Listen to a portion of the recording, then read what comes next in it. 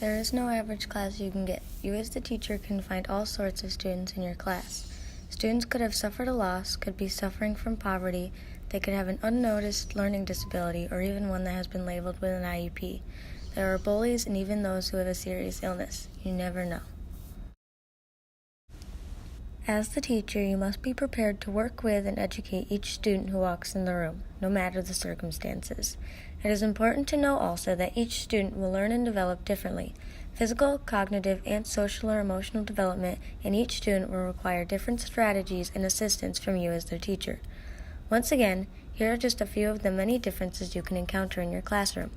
Those who have suffered a loss, those suffering from poverty, those with any learning disability, those who bully others, and those who may have a serious illness. Physical development begins during infancy and is the development of gross and fine motor skills. It particularly focuses on the development of control over the body, the muscles, and the physical coordination. My hard work pays off in all of my classes, except one, physical education, also known as PE. Not satisfactory. What? Today in PE, we are supposed to do tests for the Presidential Physical Fitness Award. Hey, did he just give me an S for that? I'm satisfactory. In this case, the student is working hard in their studies. The problem is you cannot study for PE. Here you can see that once positive reinforcement was introduced, the student had the motivation to succeed. This is not always the case, but sometimes turning physical education into a challenge, it helps get the students who are struggling motivated. The construction of thought process. This includes problem solving, memory, and decision making. When you look at the letters, do they seem to move? Of course they do. I'm excited until I see it's a book. Not like I hate them like I used to, but they still scare me. When working with a student who may have dyslexia, you as the teacher should gain a relationship of trust with the student in order to have sufficient one-on-one time with them. Some examples of strategies to use. Make learning the letters fun. Have the student draw the letters on the desk with shaving cream. Take it slow. It is stressful for them. With time, their confidence in reading will grow.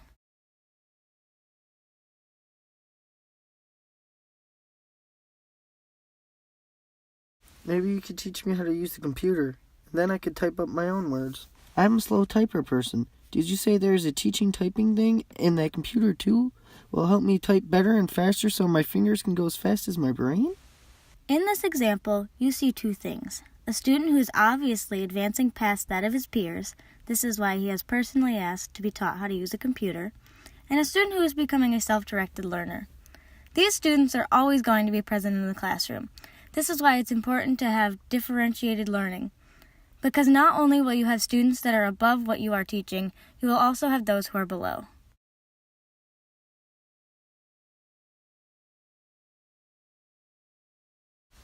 I would usually snooze through it. It was a new day, and I was turning over a new leaf, so I stayed awake. Didn't really focus too much on nothing being said, but my eyes were wide open. This is a less direct form of student development and the teacher's role. A student dealing with poverty may feel as if school doesn't matter because they believe that they will never get out of their economic situation. These students typically need something to keep them motivated. An example being that if the student misbehaves or gets in trouble, they may lose a privilege of theirs.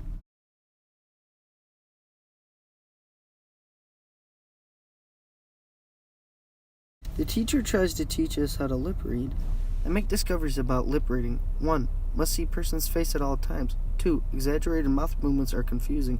3. Shouting is not good. When you have a student who is either hearing impaired or deaf, there are a few options. As expressed here, you as the teacher can take time to work one-on-one with the student to develop their lip reading skills. If the student has a hearing aid with a microphone attached, you can use that, but be sure to treat it with care and respect. You can also help the student understand other clues that will help them decipher what may be being said, such as visual or context clues.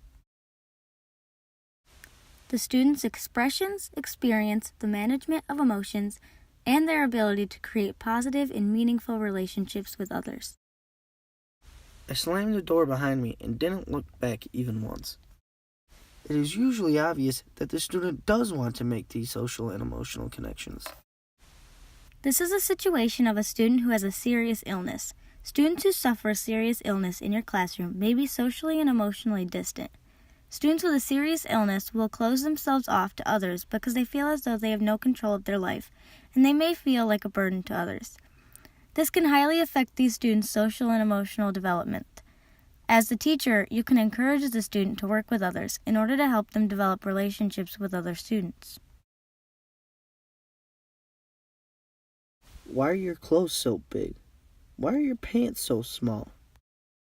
Why do you smell like you walked 1,000 miles to get here? Why it look like somebody tried to cut your hair with a butter knife? There is always a possibility that you will have a bully in your classroom. These are the students who will test your classroom rules to see how much they can break the rules before they actually get in trouble. When you have a student who is going to test your limits as an authority figure, you as the teacher need to be strict on your rules that have been set by the class. Because once a student gets away with breaking the rules once, or sees someone get away with it once, they know that they are not enforced enough and they feel as though they can do whatever they want.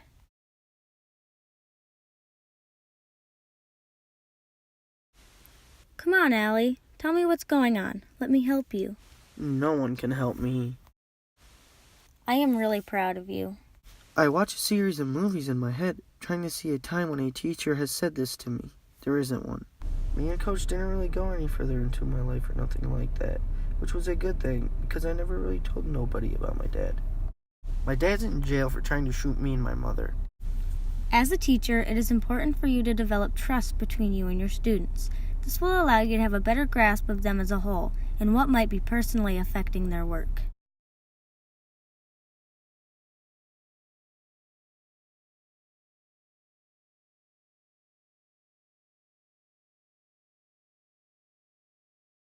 So much depends upon a blue car splattered with mud speeding down the road. And I turned around and saw a blue car, splattered with mud speeding down the road. But it was too late, because the blue car, splattered with mud, hit sky, thud, thud, thud, kept on going in such a hurry, so fast, so many miles to go, it couldn't even stop. As a teacher, you are going to be assigning and grading lots of homework/activities. With this can come a lot of personal information about the student. Only if the student feels as though they can trust you not to criticize them. When in this situation, it is best for you to judge the quality of the work rather than the content, and offer the student support if needed. Be there for the student and be reasonable as to what the situation is. If a student is suffering a serious loss, their work may be greatly affected. Be reasonable, but do not allow the student to take advantage.